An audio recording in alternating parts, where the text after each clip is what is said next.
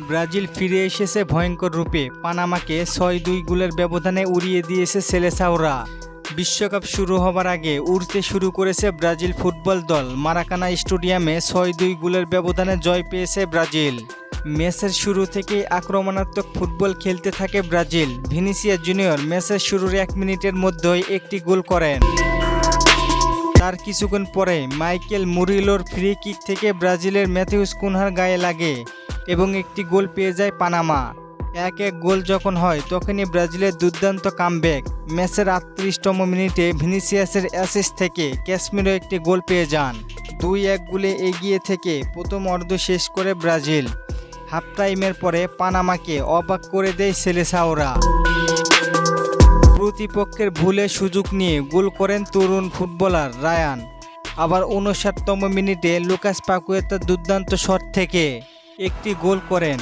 মানে ভাই, পানামার ম্যাচে গোল আর গোল। যারা ম্যাচটি মিস করেছেন তারা অনেক ভালো একটি ম্যাচ মিস করেছেন। ৬ গোল দেওয়ায় কোন যেন দলের কথা মনে করিয়ে দেয়। কোন দল ৬-১ গোল খেয়েছিল অবশ্যই কমেন্টে জানতে চাই।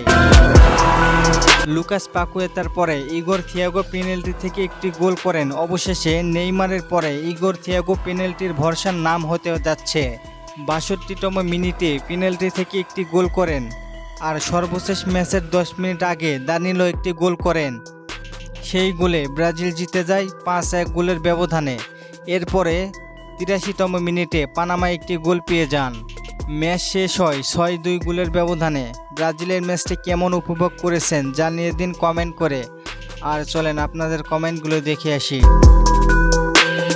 রোহান ভাই কমেন্ট করেছেন, ইস্তেভাও যদি ইনজুরি রিকভার করতে পারে তাহলে কি দলে ফিরতে পারবে? না ভাই।